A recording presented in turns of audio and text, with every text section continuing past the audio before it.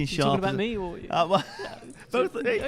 You're a good-looking lad, Dev. Thank To you be very fair, much, mate. Nathan. As are you, loving the new jacket, which you got specifically for this press conference, I understand. Well, I just like a nice jacket at the press conference. If you look back at my press conferences, I think I've had some nice jackets. So yeah, some from Terraces and Stoke. If you want to get one, like yeah, you're like a guy for them, right? You're like a they're one of my sponsors, so they're like a designer. So you're a model as well now. Yeah, well, I pretend to be. I'm a bit of a miserable model when I do bits on like this.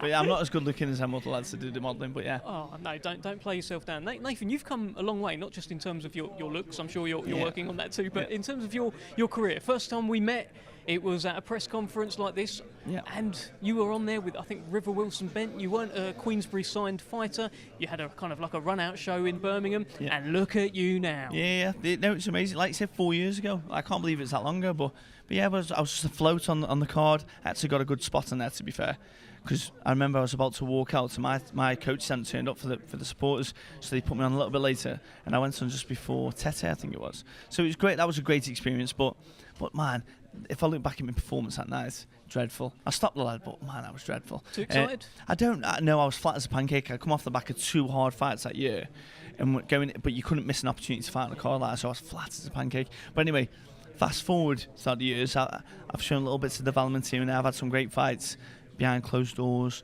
on big shows, and then obviously the final one that I had was obviously against Denzel Bentley, and that's obviously prove or show what I can do as a fighter.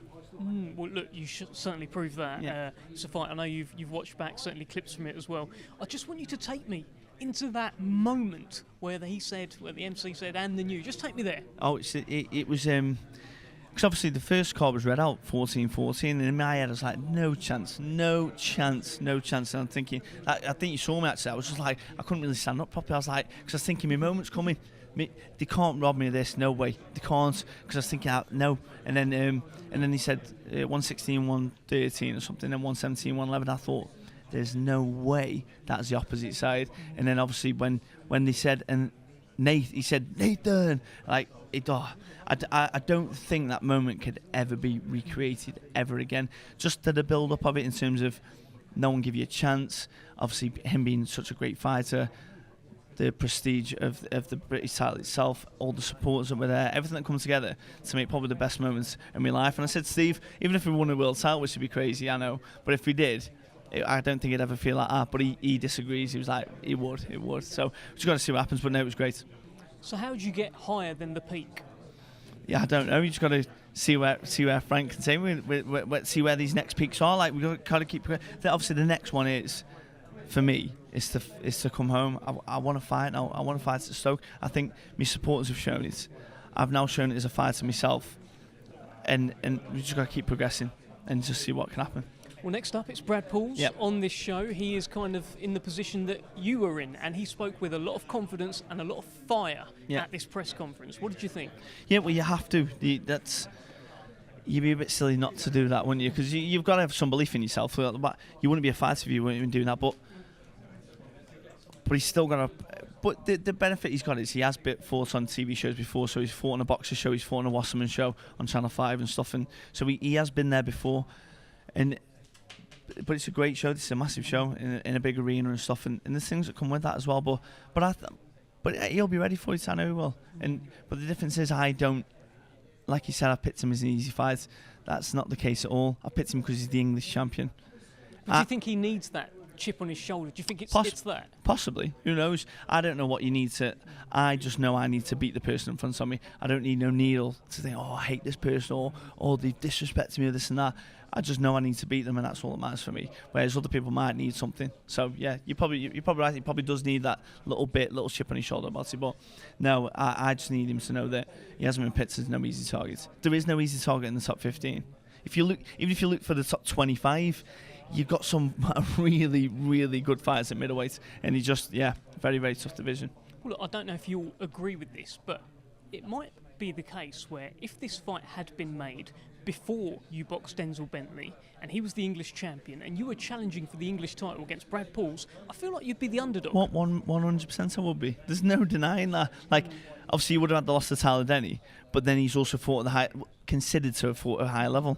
So yeah, he would have been the favourite going into that. So what one win by me against Denzel Bentley suddenly makes it so I've picked him as an easy fight. Like, say, one fight ago, they'd have been saying, oh, it's a big step up for Heaney, this is. But what, because I've beat Bentley, now I've chosen him as an easy target. He doesn't work like that at all. So it is what it is. And well, his one loss is to Tyler Denny, your good friend, who I think you've said you've never had a good spar with, but you're right? Yeah, no, mate, Tyler's one of them. I think just like when people look at me, they just think, like, they don't realise how Tyler Denny's very, very good. He's obviously a southpaw, great with his jab, got a fantastic wear rate on him, so he's a nightmare for anyone. So I don't take anything from that loss to think, oh, this is the week, because he's a completely different fight to me, Tyler is. But yeah, Tyler's doing brilliant, obviously the European champion. And then obviously he'll want to go on to World Honours now because he's right there.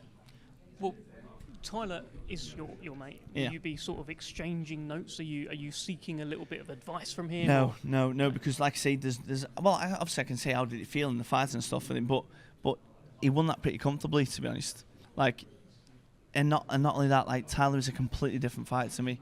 Completely, like, he's a southpaw for one. That completely changes the dynamic of a fight. Where Brad Pauls got quite a good jab, but a southpaw automatically nullifies that just if they're good. And Tyler is very good at nullifying the jab.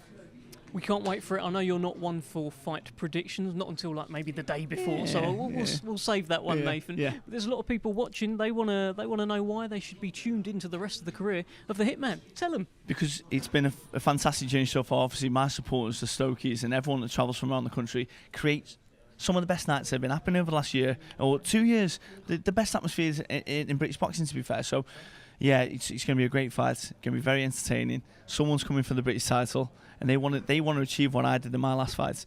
But it's just for me to make sure that doesn't happen. So let's see what happens. Best of luck, Nathan. Thank you very much. Thank you so much. Give me an handshake. I'm committed to this now. Listen, right? He shakes. He won't shake Joshua's hand. You can shake. I've got PTSD.